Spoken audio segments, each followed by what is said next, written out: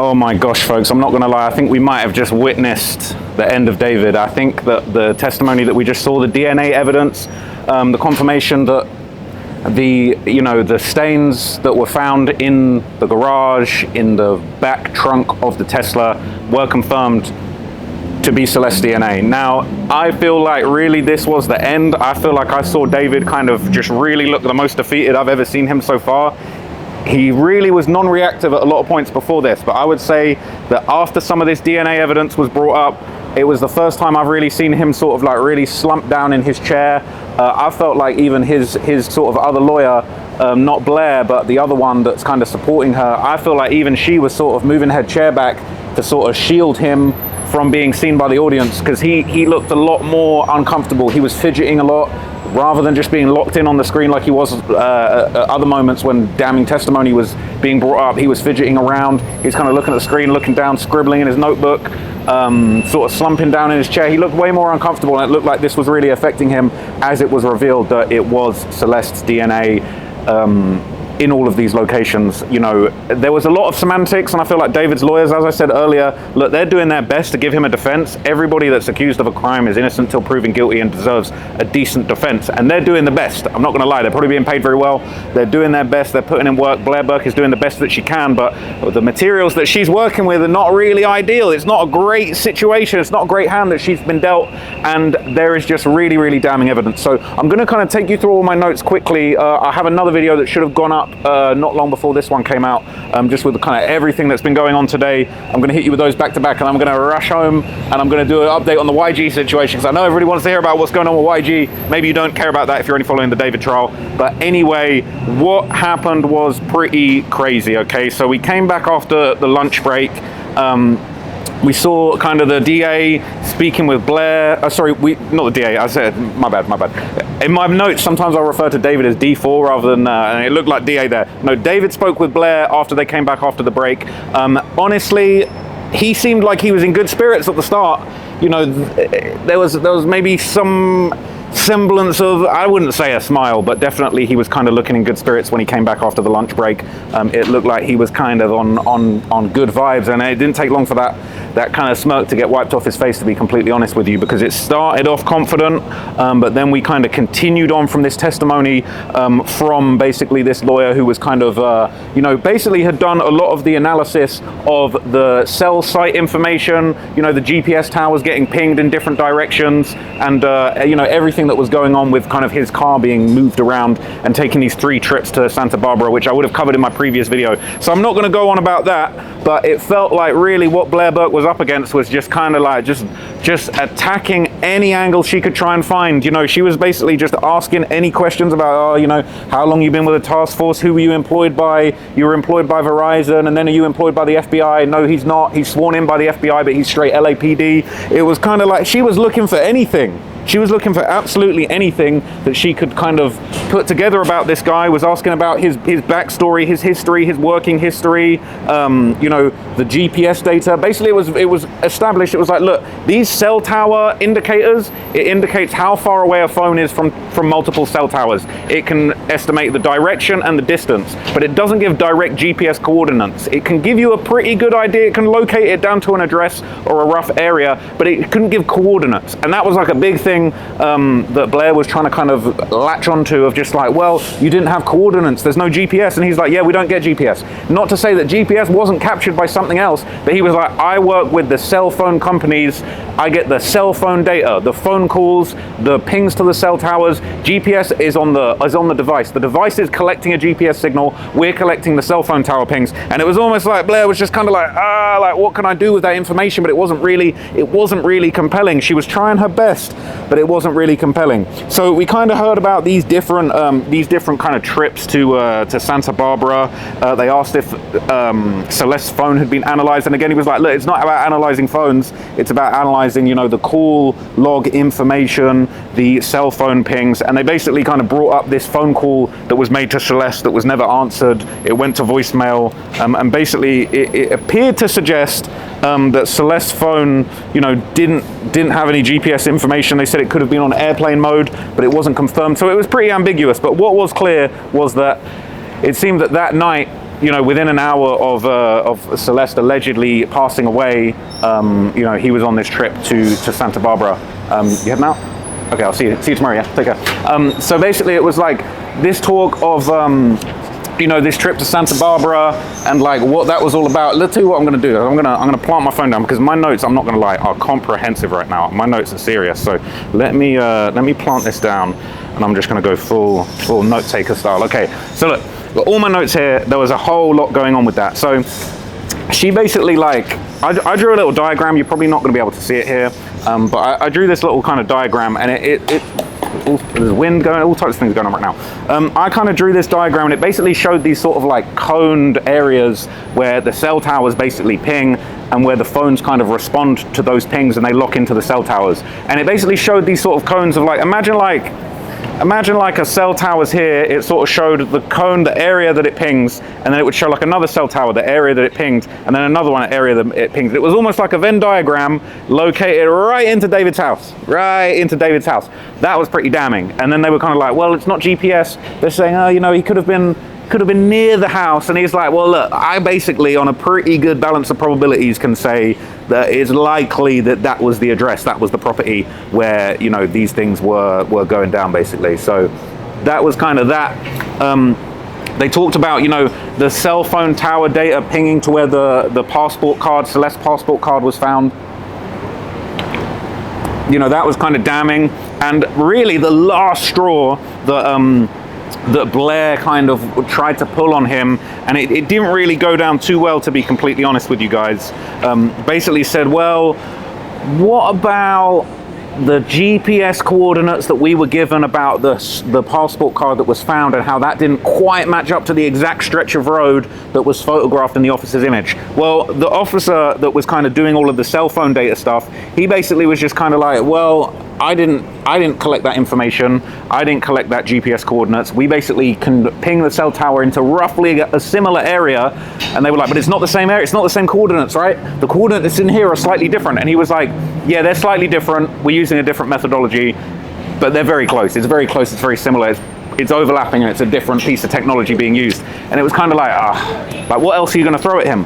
So she tried to sort of mention a bunch of other things that just didn't really help. She was like, did the detectives do a drive test? Did they do the drive? If you're saying that you went to Santa Barbara, you know, at 11 o'clock and then he was there for a few hours, then he came back and he was back by 7 a.m. Did you do a drive test to make sure that the distance was the same? And they were basically like, no, we don't really need to do that. It's not really a good use of time. We don't really need to go and do that journey. And it doesn't really prove anything. We have a methodology to work out how long a journey is going to be, and it just doesn't really matter.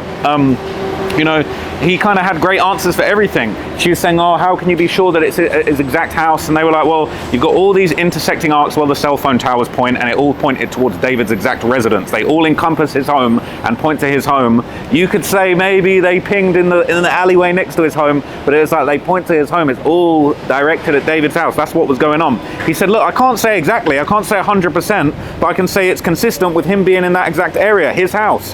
And they basically said, look, Celeste's phone, it wasn't giving off any cell phone tower data. We don't collect GPS data because that's a device piece of information. We collect cell tower pings. And the phone was basically, it could have been on air. They basically said it could have been on airplane mode. It could have been off. They said that it wasn't just David's phone, but it was also the Tesla. And there was kind of, again, a point of contention where like the defense was sort of like, well, how does the Tesla modem ping off to the towers? And he was like, well, look, the Tesla modem connects to the Sailor network, which then connects to the cell towers.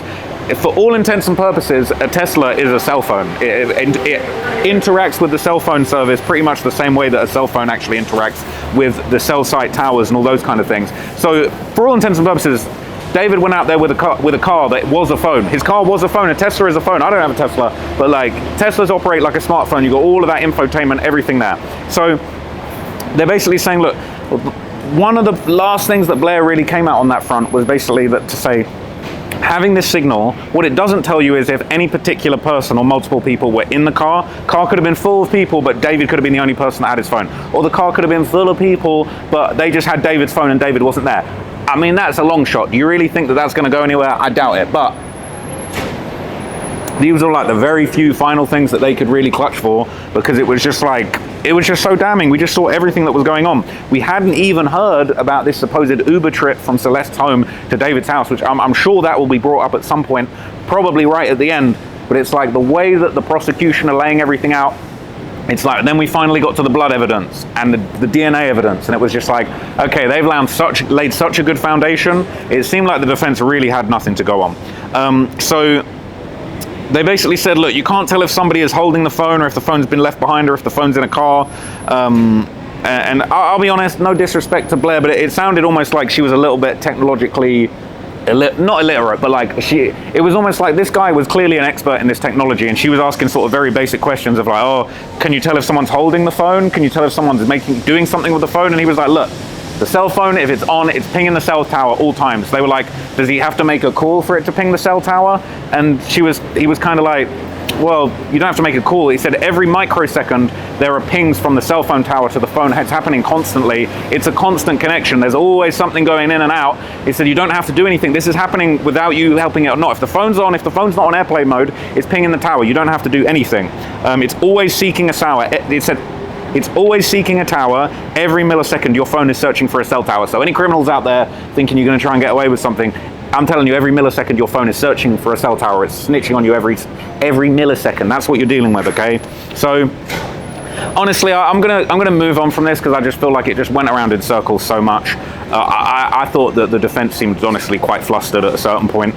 It didn't really feel like they could get anywhere with it. One of the few things they said was, did you file a full report or is this PowerPoint the only thing you've got? And he was like, yeah, just this PowerPoint. So when Beth had a chance to talk again, she said, all she asked was one question. She said, did you put all of the info you had into this PowerPoint? He said, yes. She said, I rest there. Now somebody's car alarm is going off right now, so I might just have to entertain you guys while that's going off, because there's all sorts going on. There's actually chaos out here right now. I'm a little bit like, I'm so dehydrated. I've been hearing all types of rumors of people that might have been in the courtroom. So I already told you about the situation with Steve Fisher and all of that kind of stuff going on. But yeah, that car alarm is really kind of ruining the reporting right now. I wonder if it will stop. If it doesn't stop, I'm going to have to stop and make this another recording. But I wanted this to be natural, and I didn't want to edit it because the editing and splicing stuff together is what's slowing me down. I am recording this now, having uploaded no content on YouTube today because we failed to get the files over to the editor in time. And so I don't want to do no more editing. It's nonsense. Anyway, the alarm has stopped. That's amazing. All right. I'm going to kind of slow down a little bit and kind of start going through some of these specific details. So after Beth had her opportunity to basically mention all of the relevant information being in this PowerPoint, there's no need for a bigger report because the PowerPoint is the report. The PowerPoint has everything you could possibly need. So David's sort of second defense attorney, the one that's sort of below Blair, then came back to kind of have some conversation.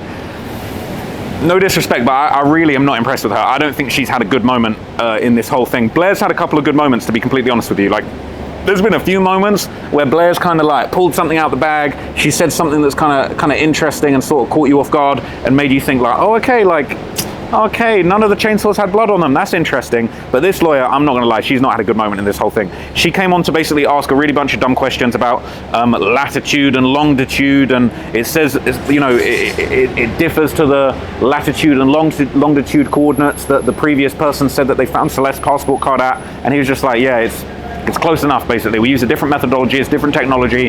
It's basically the same area, it's close enough, but we're using a different approach to this. And it was the same thing when they talked about the passport card and they tried to say, well, the picture you took is at a different location to where you said the coordinates were. And he was like, yeah, but I used a different version of Google Maps that had the satellite imagery rather than the map imagery. And it was kind of like, that was like a mic drop moment. It was like, oh shit, like, what are you going to say to that? So anyway, pretty much Beth just asked one last question at the end of that after they had kind of brought up this whole coordinates thing. And they said those coordinates that other officer logged were about where the passport card was found. They said that had nothing to do with your report, did it? And he said, yep, nothing to do with my report. And she went, yep, there you go, arrest there, that's it. Okay, that is it. So after that, that is when the most damning evidence came. This was when, I won't say the name, but it was a woman from the LAPD crime lab.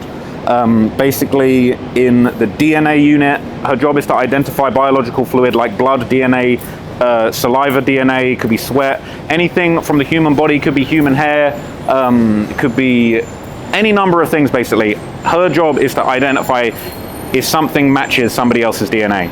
She's got 18 years experience at the lab. She's been in the DNA unit 18 years. She's straight DNA veteran. Nothing but DNA she's dealt with her whole career. She was an absolute DNA veteran, okay? And she basically explained, look, I'm a DNA analyst. I do quality measures. We basically check everything. And her job is to basically ensure that the results that come from DNA unit are completely accurate. She was very, very professional, very on point. She was, I don't know if there are any any more people that are more expert in DNA in the world, you could probably say. She seemed like an absolute world leader in this kind of stuff. Let me do the real quick. Anyway, she basically explains that they generate documents every single step of the way. So everything they do with DNA, anything they do with these samples, it generates documents, it generates reports, everything's documented. There's nothing that can really be messed with. The instruments and technology they use is what generates the report. So she made it very clear. It's not about me taking a look at something and deciding if it's DNA under a magnifying glass. She said, we feed these things into machines that tell us with a very high probability if DNA matches somebody else's. She went on to basically say that there's a whole internalized process for the LAPD crime lab. They have internal and external audits when it comes to how they do things. They adhere to the American national standards, the ISO requirements. It's an accredited lab and it follows all the appropriate procedures. It's externally audited by DNA experts from outside. Every other year they have independent reviews of their processes. It sounded like this is one of the most tightly controlled operations that you could possibly even have. It was very, very professional. She basically explained that, you know, for all casework, she makes sure that they follow the national protocols. There is a framework that is set for the whole of America that they all have to follow. It all has to be at this high standard. She has to basically make sure that everybody involved has proper training. The lab is completely secure, so sheriffs and detectives can't just walk into the lab and come and mess with evidence or mess with what's there. It's an extremely secure location and it's kind of very, very professionally managed. It was an extremely detailed account of how this organization works. So she got to explaining how the evidence is kind of collected and sampled and analyzed. Basically explained items are collected from the scene. They don't necessarily know what might be found on them. So obviously we saw the previous testimony where they were spraying, you know, they were spraying objects at the scene, seeing if they glowed blue. They had, you know, they said in the movies they call it luminol, but they have something called blue star and phenolphthalein, and they basically will spray things, and if they show up bright, it's suspected it's possible blood. Now here's what was really interesting. This didn't really look too good, but at the same time, I think at a certain point we have to accept that, like, you can never be 100% certain of anything in life, in any kind of criminal case. When they spray the stuff and it shows up pink, it shows up bright blue under the dark light, they said that's likely to be possible blood, all right? They then have to DNA test it and test if that DNA on the suspected blood belongs to another person. They can't say 100,000% with all possibility that it's definitely blood at the scene, it's definitely DNA after the fact. It's all to the point, and they were talking about set to the likelihood of like 1 to a septillion, numbers followed by 24 zeros. So it's like the likelihood is so high, but they can never be 100%. There's no such thing as a sure thing in life. And that's the way that they were explaining it. That's because they're professional, but it was almost like that felt like it gave Blair and the defense, you know, a license to sort of cast doubt on absolutely anything. So that was a really interesting interaction. But she basically explained that their work is peer reviewed. She's looked at thousands of samples. She even explained what is DNA very briefly. It's a molecule that is in every cell of the body. It's basically, everyone's got DNA. It's very identifiable. Your DNA is your DNA, and they use it for forensic testing. They have a 4-step process to basically check, process, amplify, and then create a picture of the DNA, all done with equipment. And it doesn't matter who does it. Once it's put into the equipment is going to give a completely objective, impartial report on what it is. Nobody's sitting there thinking, yeah, let me just decide that this looks like Celeste DNA. These are professional pieces of equipment that are designed to do this. They don't have feelings. They don't think David's cooked. They're not hating on David. They've not seen David's music videos. This is a machine that just decides, is this Celeste DNA or not? So from there, they basically explained that they took a reference sample from Celeste, and this is really horrible, but they basically said that they had a toenail clipping that was provided to them by the medical examiner's office that had the remains. They created a full DNA profile for Celeste based on her toenail clipping, and they took a buccal swab, which is basically a mouth swab from David's mouth, to build a profile on him. So they had a full profile of Celeste DNA and a full profile of David's DNA. They took DNA samples from the Tesla, the back lower trunk. Okay, This is when David started looking tense. He's been very chill, just looking at the screen, not reacting too much. He's definitely in the mindset of, I don't want to react. I don't want to let people know how I'm feeling. This is when he started looking tense. He looked locked in. He was leaning forward. He was fidgeting. He was moving around. He wasn't quite slumping in his chair yet. That was when the evidence came out. But basically, they dropped the bomb on him. The blood's, well, this is the thing, right? They kept not saying blood. They were like, the stain in the back of the vehicle that shone bright when they sprayed it with these chemicals that was possible blood, that matched Celeste's DNA.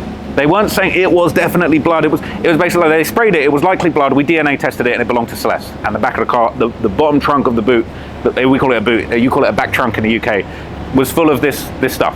Okay, I would say at this point, I noticed David very subtly just kind of like pucker his lips. Like when that piece of information landed, I thought it was kind of like an admission, like I'm cooked. To be honest with you, when they said it was confirmed, they said exactly. They said that the DNA on that stain matched the profile for Celeste Rivas, and it was like just trying to keep it cool, but you could tell he was rattled. You could tell that this was affecting him because this is the most damning stuff that we've seen so far. So from there, basically, he was kind of like tilting his head side to side, like, puckering his lips, and they said it was confirmed. The DNA was confirmed to belong to Celeste. They said the evidence from the home garage, the black rubber mat. David's fidgeting in his seat while this is going on. He's fidgeting in his seat. He's kind of moving around like... This is the most we've seen him move the trial. These were subtle movements. He's not doing it as animated as I am, but he's kind of like repositioning himself. That's the most we've seen him move. That's the best that I had to go on. They said that the black rubber floor mat that was in the garage that was covered in a huge luminous stain once they sprayed it with that material as it reacted, that was, possible blood, they confirmed in the courtroom that was a match for Celeste DNA. So after that, it was just kind of like, you could definitely see David kind of depressed a little bit. I feel like he kind of sunk down into his chair a little bit. And I'm sad to say, but Celeste's family was in the courtroom, and her parents were there, and I observed her mother looking like she was crying, and it looked like she was handed a tissue by somebody in the prosecution team. That was just obviously a horrific moment, not just for the family to just internalize how real this was, but also for David. The way that he was moving and shifting around, the little movements he was making, you could tell he was rattled, to be honest with you. And I even think that the defense kind of were like, just sort of a little bit like, just trying to be like buddy. I'll tell you a little bit more about what the defense did in a minute. But at this point, it was Beth Silverman, the deputy district attorney, that was kind of grilling this DNA expert. So David kind of looked down at points, like puckered his lips some more, kind of like looked up, looked down, because previously he was dialed in on the screen, but this time he was kind of looking down. There were times he was sort of looking away. I felt like it was like, I don't know if he was pissed, I don't know if he was upset, don't know if he felt like he knew he was cooked. But it really, really was like the moment a lot of people have been waiting for. So I thought he looked more defeated than usual. From there, they basically said blood DNA was confirmed. The DNA was confirmed from those suspected blood stains at, I believe, 15 different locations.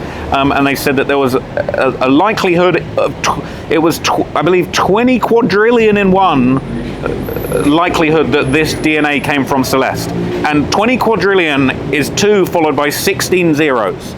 So we can't say 100%, we can never say 100%, but we're talking about we're talking about quadrillions here, all right? Not millions, billions, trillions, all right? Quadrillions. There's a whole another level to this stuff. So David kind of kept on moving, he kept moving his head, he was looking over at the screen, then looking away, and then looking back. They said that the stain that was on the edge of the rowing machine in the garage, that matched Celeste to a 1 septillion likelihood. I don't even know how many zeros the septillion is. They said that the stain on the Tesla charger plug matched Celeste's DNA. And at this point, Blair Burke started interjecting a lot. And basically said, I want it on the record that she's reading this from a piece of paper. She's not saying this from memory. And the judge is kind of like, can you just say that you're reading this? Can you just tell them that you're referring to your notes? And she's like, I'm referring to my notes as I say this. And then they just continued. At this point, I feel like David kind of looked up a little bit frustrated. I don't know if he was frustrated with his legal team or the whole situation, but she just continued, next blood stain, that match. Next stain that was suspected to be blood was a match to Celeste DNA. A lot of the stuff around in the garage, they did say that there was a very interesting one. We heard about this trash bag that had a bunch of wet wipes in it that seemed like they had blood on them. it said that the outer trash bag, it had a mixture of DNA. 4 contributors, one of them was David, one of them was an unknown male, 2 were completely unknown, 0 of them were Celeste. Now, I don't really think that necessarily proves anything. That's like the straw that they're going to clutch onto, but it seemed to me that it was really just a case of like, whoever had been in the garage, maybe David threw a few soiled wet wipes in there, maybe someone else threw a little something in there, maybe somebody else like touched the edge of it, maybe someone brushed up against it. You know, Blair kind of kept bringing up in cross-examination, well, you know, I could touch you and then touch someone else and I could get your DNA on them with you never touching them. And she was like, yeah, it's a possibility, it could happen.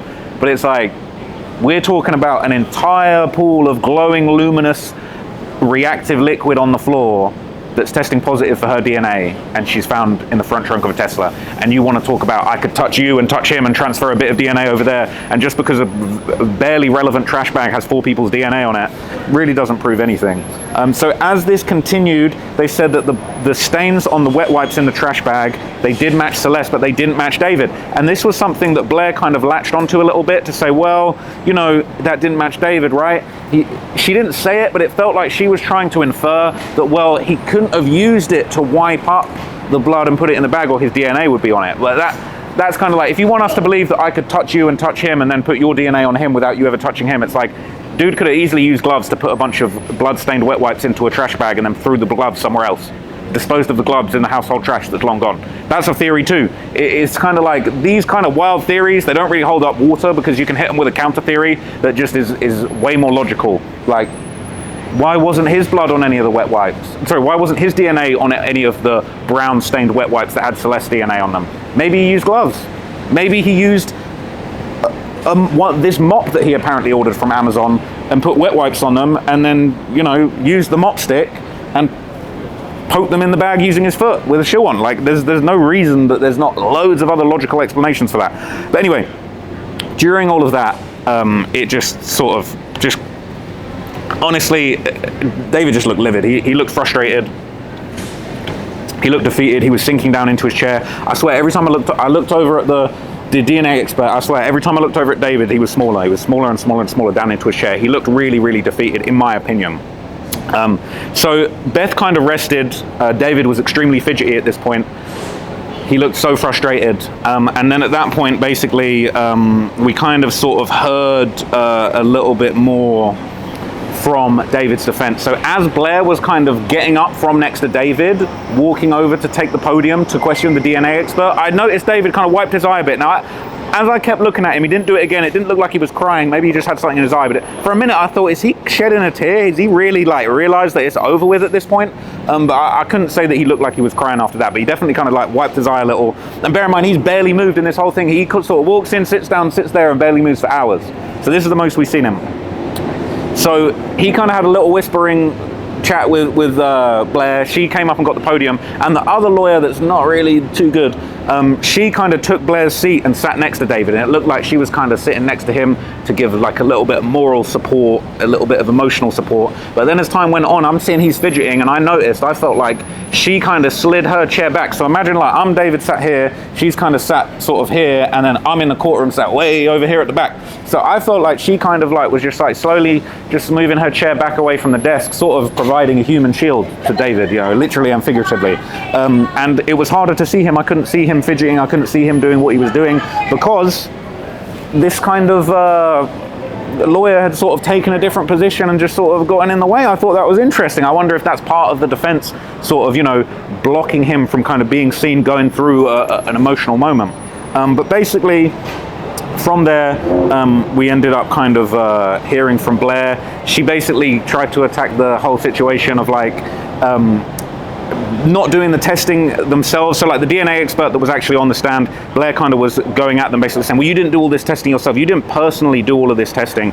And I felt like it wasn't necessarily like a really in-depth line of questioning, because it was made very clear at the start that these are like industry standard tests. It doesn't matter who does the test, it's all about the machines and the technology that basically analyzes the DNA in depth, and essentially it's all about the machines. It doesn't matter what your feelings are, it doesn't matter which person looked at it. And I believe they even said that the actual person that like put the physical material into the machines that does this testing, I think they said that they were like on maternity leave or something. They weren't available, they weren't able to. Hey, you okay? I'm in the middle of the recording. Can I do it afterwards, or you want to do it really quick? Is it okay? Let's do it really quick. Okay. I'm still going to keep recording, but I'm going to take a picture really quickly. So yeah, come over here. We'll do it real quick. No, you don't have to be in that. Okay. I want a picture so bad. That's okay. I've been following. I'm like working and like following along. I'm like, I can't believe this. That's it's all so good. Crazy. No worries. Don't say anything crazy. Thank That's you. all right. No worries. Take care. Have a good one. Okay, so basically, they were kind of trying to attack the idea that like, well, you didn't do all the testing personally, so can we really trust what you're saying? And it was like, yeah, we can. And she said, like, Blair said to her, like, you can't really speak to the handling of all the evidence. But like, basically said, like, did you ever speak with the detectives? And she was like, no. She's like, did you ever speak to the DA? And she was like, yeah, I spoke to the DA about scheduling coming here to testify at the hearing, and, you know, just the sorts of things from my report that they would want to have. Basically confirmed, look, I'm not the person that analyzed this stuff. That person is on maternity leave, but it doesn't matter who puts it into the machine. We're all basically judged by these kind of American standards of exactly how this kind of testing should take place. So it really just shut down this argument that like, just because you didn't physically put this material into a machine, that somehow you're not qualified to testify. And then she kind of reiterated, look, I'm certified, I'm trained in biochemical analysis. And she, Blair kind of hit her with a really funny one, was like, do you have a qualification in DNA? And she was like, I've got a degree in like chemistry or biochemistry. And they're like, so no DNA qualification? She was like, I don't think there is no DNA. There's no bachelor's of DNA. Like, that's not a thing. This is probably the best qualification that you could possibly have for this kind of thing. And there really is kind of no way that, you know, there's really no way that like I could be more qualified. She basically was like, I'm the most qualified I could possibly be. There is no better qualification. There is no University of DNA. Like, I got a DNA degree from the University of Samoa. Like, what are we talking about here? So, shout out to anyone that gets that reference. But anyway, I've been talking for a long time, man. I feel like it's dusty out here as well. This downtown dust is not the one. So like from there, we basically heard that like, look, there's no DNA certificate. I'm the most qualified that you can be. I do continuing education on this type of analysis. I have to submit for recertification every year. Every year people are checking that I'm actually good at my job. I'm not on nonsense and I'm really doing what I'm supposed to be doing. And it was just kind of like, what more do you want from me? I'm the most qualified I could possibly be. I've been doing this DNA shit for 18 years straight. Like, and I think at a certain point Blair was kind of like, yeah, all right. She was like, I'm in the California Association of Criminalists. I did a master's thesis on DNA. Like, Blair was like, have you ever been published? And she was like, well, my master's thesis on DNA extraction reports was published. Like, she did a master's thesis that was published on DNA extraction reports, which we're literally debating in the courtroom. And she was like, well, have you published anything about DNA in a journal since? And she was like, no. And it's like, yeah, because she's been getting busy working on real cases for 18 years straight, getting recertified every year. It was almost like every time she tried to attack her on something, it's like she had the perfect answer. She was like, well, do you have a degree in DNA? She was like, well, that's not a thing. And I've got a degree in biochemistry, which is like, encompasses everything you could possibly think to do with DNA.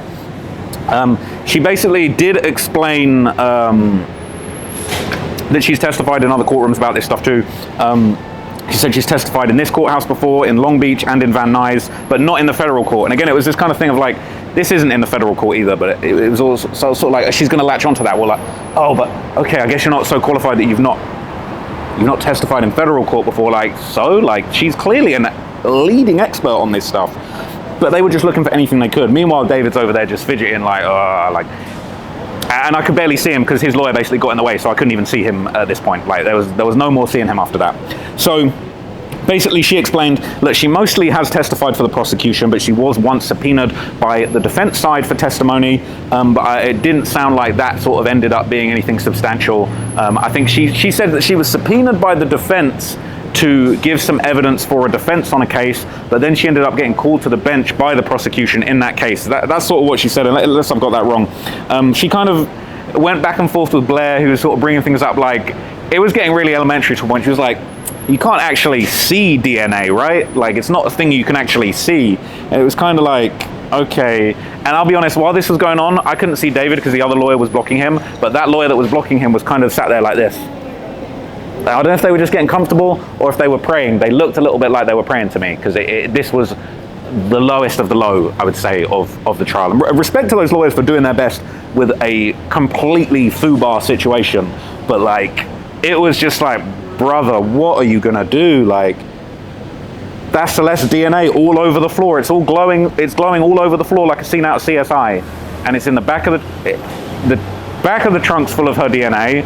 She is in the front trunk. Cell phone towers pinging off that, like, David and the Tesla right after the time of the murder, then suddenly goes on this midnight trip. The only thing that was missing, I'm getting attacked by a bee again.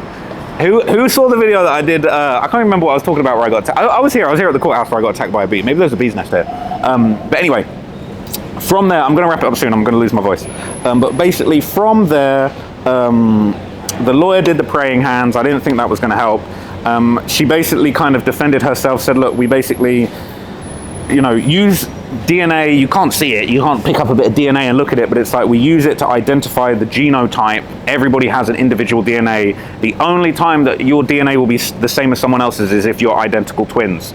Yes, family members might have similar DNA profiles. You might have some of the same markers, but basically they're saying, look, parents can share some markers, siblings, but they're not identical. They're shared, but they're not identical. Unless you're an identical twin, you're not going to have the same DNA. And I don't think there's any suggestion that there are any identical twins in this situation. So basically went on to say, look, you can't say how long DNA's been there or how it got there. And that was really the best argument that the defense could pull. They basically were like, look, you can't say how long the DNA's been there. You can't really say, like, if that... I think what they were trying to get at was like, honestly, they didn't say it, but I felt like what they were trying to get at was like, maybe... Celeste had like done a really heavy workout, and like you can't prove that it's blood, right? It could be any type of DNA. Maybe it just could have been all over. Celeste's DNA could have just been all over the floor of the home gym, and in the back of the Tesla. It was kind of a real nonsense level argument, and it kind of trailed off. It didn't really go anywhere. It said you can't say how long DNA's been there or how it got there. And they said activity level is what they refer to when it's like how DNA actually got to a place. And they said DNA doesn't give you information other than who it belongs to. It doesn't indicate how it got there. It doesn't tell you how it got there. It doesn't tell you how many days or years or minutes it's been there. And while this is all going on, David was visibly fidgeting. I kind of caught a few glimpses of him around his lawyer, and I would say he was fidgeting a lot continually. I've written it in my notes over and over, and David keeps fidgeting. So she basically, she says kind of, Blair kind of went down this line of questioning and said, if I touch this podium, I leave my DNA on it, right? And it was sort of like, yeah, they didn't say this, but you're thinking like, yeah, but if you sprayed it with Blue Star, it's not going to glow. It's not going to glow, is it? That's blood. But it was like, I could put my hand, so I've left DNA there. That, like, right? Like, there's other ways of leaving DNA there. And basically she said, look, yes, secondary transfer, it could go from one person to another. I felt like at this point Blair was just spouting nonsense, to be honest. Like, she was just looking for anything. Like, the person up there is like, yeah, DNA can move from one place to another, but like, that's not what this is. So basically, I felt like Blair was kind of talking in circles on this secondary DNA transfer. It's funny because the medical examiner was going to be the next witness, and I felt like she was really running out the clock. Honestly, it felt like a filibuster, if you know what that is from politics, or she was just like running out the shot clock. To me, it almost felt like she was just asking nonsense questions, talking in circles, talking about DNA. If I touch this, if I touch that, I could move it over here. And David's just sinking down and down and down into his chair to the point he was about to fall through to the basement because he was looking very defeated. Every time I saw him, he got smaller. So they brought up the rowing machine DNA matching to Celeste, and they're saying, well, you can't say how it got there, right? Or for how long it was there. And I think she was trying to infer that like maybe Celeste had gone to the crib and done a rowing session and left a little bit of DNA on there. And that's when they said it's possible the DNA came from blood, right? You can't specifically say that this DNA came from blood. It could have come from skin cells. It could have come from sweat. It could have come from other things. And it felt like for a moment, it almost felt like Blair looked like she thought she was getting the motion back. Like she was like, it's possible it came from blood. It's not definite, right? And we're like, a minute ago, we're talking about quadrillion and septillions, and you're talking about it's possible, right? I think she thought like she was hitting with this, and it was not going anywhere. So after that, basically, the district attorney joined and was actually in the crowd, so you knew something serious was coming. And we knew that the medical examiner was rumored to have been the last witness. They came out for like 5 minutes at the end, but really, I'd say that the defense just filibustered for ages to just push off this testimony from the medical examiner. So after that, we kind of went around in circles talking about this trash bag. They're saying, oh, well, it didn't definitely have... There was a trash bag that had 4 people's DNA on it. One of them was likely David. Inside that trash bag were the wet wipes with brown stains on them that were proven to be Celeste DNA, and another trash bag. And it was crazy because Blair was like, the trash bag that was inside the other trash bag that was surrounded by wipes that, you know, have Celeste DNA on it, right? That random trash bag in there, that didn't have David's DNA on it, did it? And she was like, nah, it didn't. And it was like, got him, like, yes, you excluded David from that one, right? And it was kind of like, bro, like, this is, we're rearranging deck chairs on the Titanic at this point. And I do think she was stalling and filibustering. So they basically went on to kind of just go back and forth about this kind of irrelevant outer bag. They said there were 4 contributors, 2 were men, and then they started talking about the lab software that was used to kind of collect and analyze this stuff. It was called StarMix, and they were basically talking about you know, what StarMix software does and how it works and what they put into it. Now, at some point, one of the lawyers came over and gave Blair a little scrap of paper.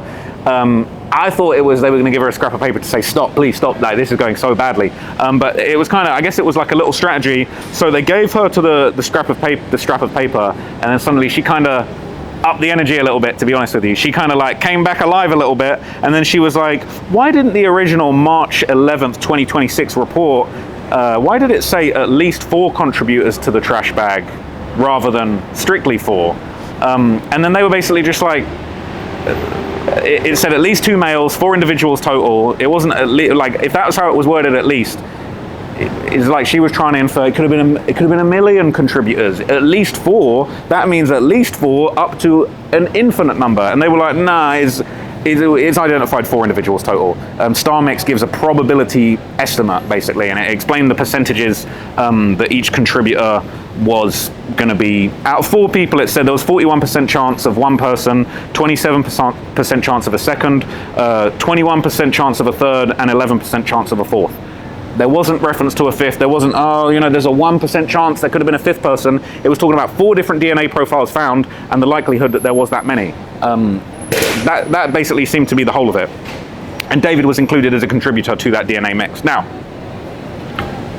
they basically explained how this kind of StarMix software, it kind of defines like a possible contributor.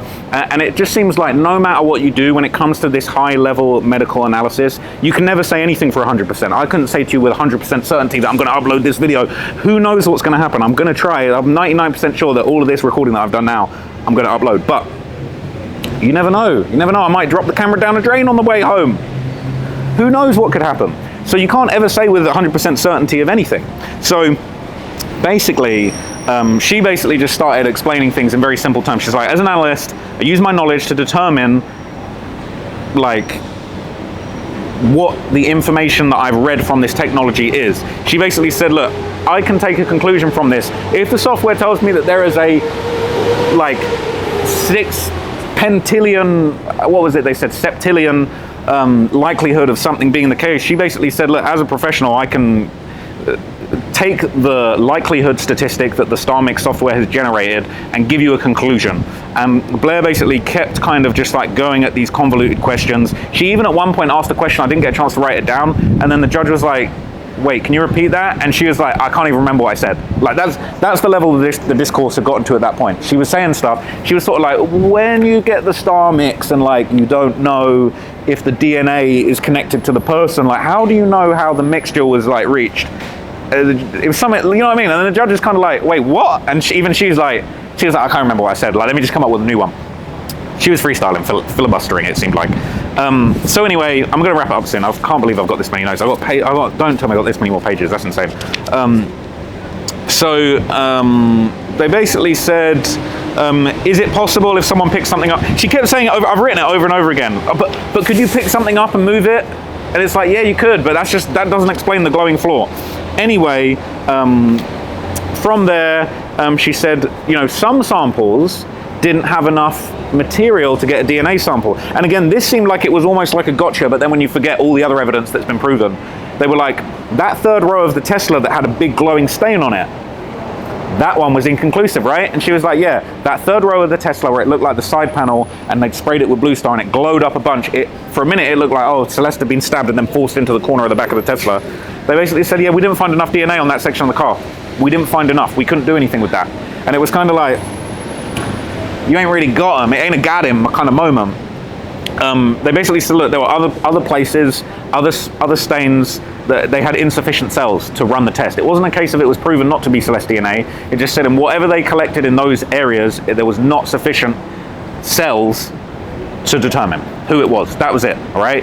Still showed up blue on the, still glowed up on the blue star, still was possible blood, but when it actually came to taking that and putting it in the machine and finding out whose DNA it was, they were just like, look, that third row, couldn't do it. The back trunk under the liner, confirmed Celeste blood. So what more do you want? Just because it's not in the third row, that doesn't disprove anything. So when Beth got up, she kind of like really just tried to shut this down. She was like, look, what's the difference between possible and probable, right? You could say like, probable is like, you look at the septillion likelihood and you say, yeah, it's pretty probable, it's likely, all right? Possible is like, anything's possible, right? Anything's possible, could be anyone. Anyone could have picked up Celeste's DNA and planted it in David's trunk to annoy him and to set him up. Yeah, it's possible, but what's probable is that she was murdered and stuffed into the car, in the garage. She was dismembered in the garage. We don't know where she was murdered yet, but anyway. I'm running on fumes now, this is hard. Is that what I thought it was? No, it's not. I thought I had more drink. I don't have any drink. I've got like one little dribble. This is the amount of Mountain Dew that I've got left. I've got to finish the video on this. This is what it must feel like to be a car on E. You know when you're on E and it's like, fill up, and you're like, let me get a few more miles out of this bitch. Anyway, so from there, they kind of talked about,